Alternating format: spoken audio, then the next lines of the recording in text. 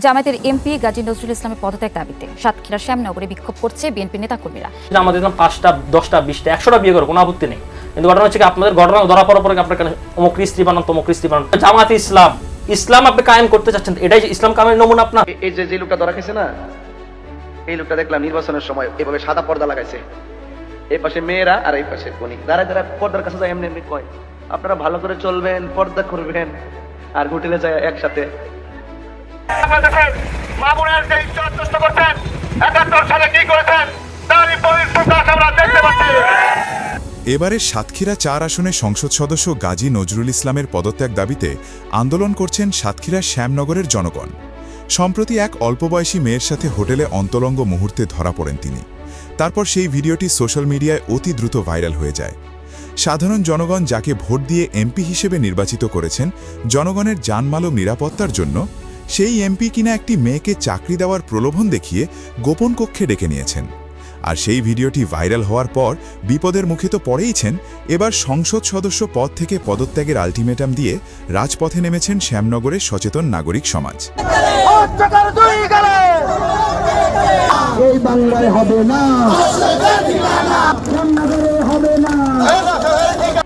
ঘটনাটি ইতিমধ্যে সকলের কাছে স্পষ্ট হয়েছে। প্রথম থেকে ধরা পড়ার পর তিনি যেভাবে ভয় পেয়েছিলেন এবং ভুলের জন্য ক্ষমা চেয়েছিলেন, কিন্তু তারপর যখন এটিকে এআই বলে দাবি করা হয় এবং তা যখন প্রমাণ হয় না, তখন দাবি করেন এটি তার দ্বিতীয় স্ত্রী এবং সেই অনুযায়ী কাজীর মাধ্যমে কাগজ সই করানো হয়, যার প্রমাণ মিলেছে কাজীর জবানবন্দিতে।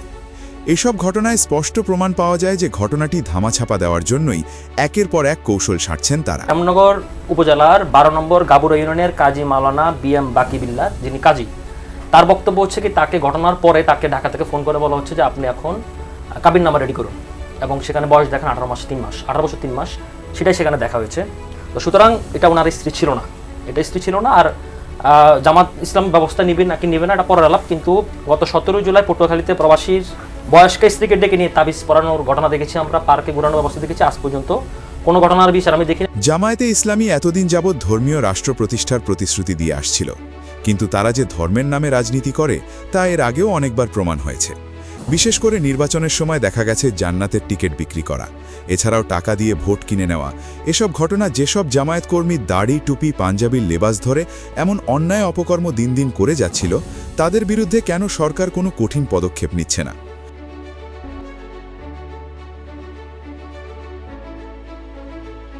দলের 19 সদস্য, সেই দলটি তো নীতি নৈতিকতার কথা বলে এবং সেই দলটি অন্য সব দলকে এই অর্থে খাটো করে যে তারা দুর্নীতি করে, তাদের চরিত্র ভালো না, তাদের নৈতিক স্খলন আছে। নির্বাচনের ঠিক আগে আগে আমরা এই দলকে দেখলাম টাকা বিতরণ করার অবস্থায় ধরা পড়তে এই গত নির্বাচনের সময়। সাধারণ জনগণ মনে করত রাজনৈতিক দলের মধ্যে জামায়াতে ইসলামী একটি ধর্মীয় দল, কিন্তু তাদের ভেতরের খবরটা অনেকেই জানত না। তবে এবার ধীরে ধীরে সব স্পষ্ট হচ্ছে যে তারা কিভাবে ধর্ম নিয়ে ব্যবসা করে। এমপি গাজী নজরুলের এই ঘটনা ঢাকতে বিভিন্নভাবে চেষ্টা করে যাচ্ছে তারা। জামায়াতের নেতাকর্মীরা মনে করেছিল দলীয় কোনো এমপি এই অন্যায় করলেও তা যেন প্রকাশ না পায়, সেভাবে তারা একের পর এক অজুহাত সামনে তুলে নিয়ে আসছে। দলের নেতা, তার ব্যাপারে কিছু বলা যাবে না, সে মোটামুটি সুফি পর্যায়ের মানুষ, মানে তার ব্যাপারে যখন একটা অভিযোগ আসছে আপনি দেখবেন যে তার কর্মীরা এটাকে নিয়ে একেবারে তারা বর্ম নিয়ে একেবারে মাঠে নেমে যাচ্ছে যে আমার নেতা এইসব করতে পারে না, এটা এআই মেড। পরিশেষে বিভিন্ন তথ্য প্রমাণের ভিত্তিতে রাজপথে পদত্যাগের দাবিতে সাধারণ মানুষ নেমেছেন এবং রাজনৈতিক বিশ্লেষকরাও এসব বিষয় নিয়ে তার কঠিন বিচারের দাবি তুলেছেন। গত 2 দিন থেকে জামাত নেতা নজরুল ইসলাম, যিনি সাতক্ষীরা 4 আসনের এমপি, তার নারী কেলেঙ্কারি নিয়ে দেশ উত্তাল।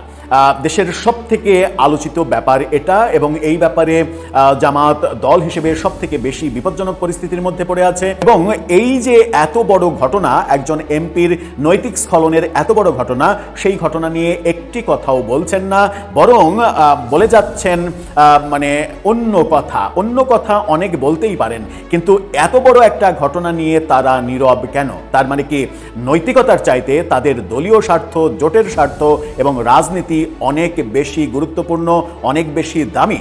আর এটাই কি নতুন রাজনৈতিক বন্দোবস্ত, যে রাজনৈতিক বন্দোবস্তের বয়ান দেওয়ার জন্য তারা জুলাই পদযাত্রা করেই চলেছেন?